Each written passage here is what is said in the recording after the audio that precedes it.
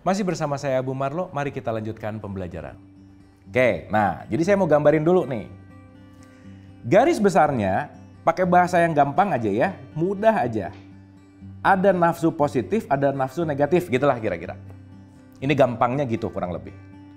Yang negatif itu adalah nafs yang su. Su itu artinya buruk, maka nafsu. Jangan nafsu dong, nah suka gitu kan. Tapi yang positif itu adalah rohmah, nafsu yang dirahmati. Jadi sekali lagi, tidak semua nafs itu buruk. Karena kita mau kerja juga harus pakai nafs. Tapi niat kerja ini mau apa, itu tergantung dari, balik lagi tuh, kesadaran layer kita dalam kesadaran jiwa ini nanti yang akan kita harus paham banget gitu kira-kira. Supaya outputnya kita benar-benar masuk ke dalam nafs yang dirahmati. Itu poin pentingnya. Oke ya, oke saya ulang sedikit di tahapan ini supaya kita mulai bisa lebih menyadari lagi. Sekali lagi, penentu seseorang ini mau berbuat baik, berbuat jahat, mau dia decision maker deh pokoknya, mau menentukan. Itu tergantung dari kualitas jiwanya. Tangan ini netral, karena tangan ini bisa dipakai menolong dan tangan ini bisa dipakai menyakiti untuk memukul misalkan. Jadi tangan ini nggak bisa nih menentukan saya mau jadi orang baik atau orang buruk. Tapi yang menentukannya apa? Softwarenya, jiwanya. Maka kalau seseorang jiwanya lagi dalam keadaan kotor, perilaku tangannya juga pasti kotor. Saya kasih contoh sederhana aja. Kalau di rumah ada teko, isinya teh. Kalau dituang, keluarnya air apa kira-kira? Pasti air teh, nggak mungkin jadi kopi. Jadi kalau sekarang ada orang ngomong kotor, ngomong kasar, udah pasti aja. Di dalamnya juga menggambarkan sekali gitu. Maka kita mulai belajar, ingat ya pesan takwa, belajar memaafkan. Kalau ada orang ngomong kasar, ngomong kotor, yang nomor satu, jangan langsung sakit hati, justru kita sadari bahwa jiwanya sedang dalam kekeruhan. Jiwanya sedang dalam tanda petik tertutup. Tertutup dalam bahasa Arab disebut kafir. Maka dalam bahasa Inggris disebut cover. Maka orang yang kafir adalah orang yang tertutup jiwanya. Maka ucapannya menyakiti hati orang lain, perilakunya nyebelin gitu misalkan. Nah di situ nanti kita akan mengerti tergantung dari kualitas jiwanya. Nah sekarang kita renungkan. Ada di level mana jiwa kita detik ini saat ini?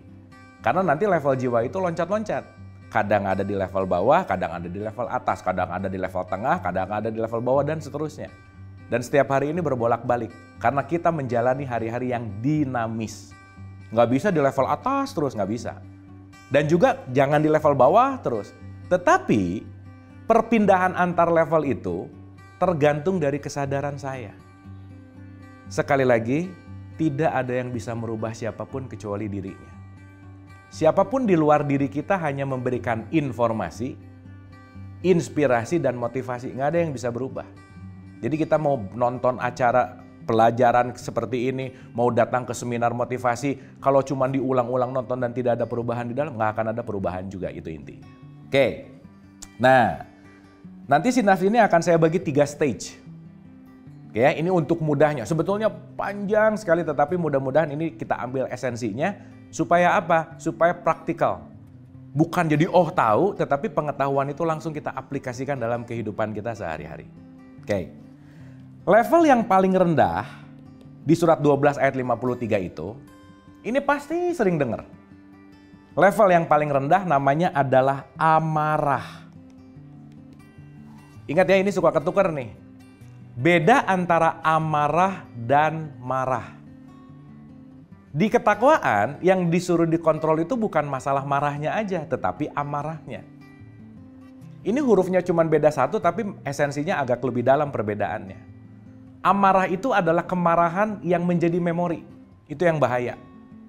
Jadi kalau sekarang marah itu wajar.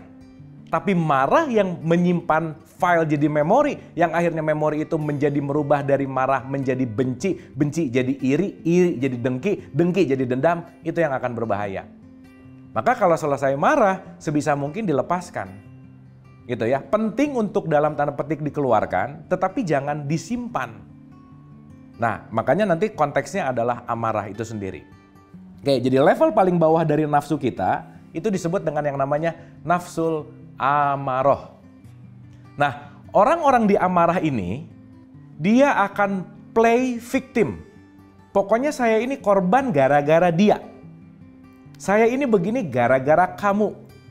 Pokoknya orang di level amarah serba salah karena kenapa? Semua lingkungannya salah aja semuanya. Telunjuknya tuh terlalu banyak keluar gitu, jarang kesini gitu. Padahal nanti kita mengerti bahwa sistem semesta itu yang datang ke kita, yang menentukan menjadi magnet mengundang mereka adalah diri saya. Saya nanam melon, buahnya keluarnya melon. Berarti kalau saya panen caci maki, kemarin saya nanam caci maki, jangan disalahin tuh yang mencaci maki. Ingat apa yang saya tanam. Karena pada akhirnya hidup ini akan tabur tuai. Apa yang datang ke kita itu selalu apa yang kita lakukan. Maka waktu kita bahas tentang berbuat kebaikan, jangan lelah karena kenapa? Kita berbuat baik buat siapa sih sebetulnya? Seakan-akan kita nolong orang lain, sebenarnya yang sedang kita tolong adalah diri sendiri. Maka nggak ada cara lain untuk menolong diri kecuali menolong orang lain gitu. Jadi kalau sekarang malas nolong orang lain, itu sama dengan jahat sama diri sendiri. Karena pada akhirnya menolong apapun di luar, saya sedang menolong diri sendiri gitu kira-kira. Jadi nanti pertanyaannya bukan kenapa dia, ada apa dengan saya? Kok dia gitu ya? Ada apa dengan saya?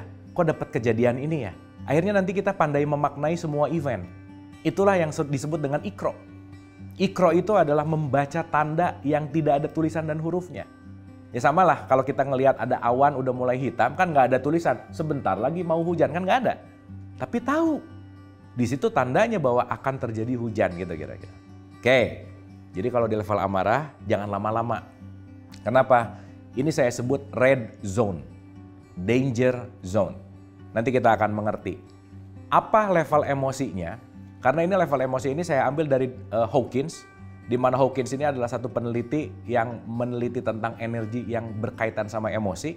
Jadi nanti at least kita tahu kalau lagi ngerasain itu, ternyata saya lagi ada di level mana gitu kira-kira. Pembelajaran masih akan kita lanjutkan, tetaplah bersama saya.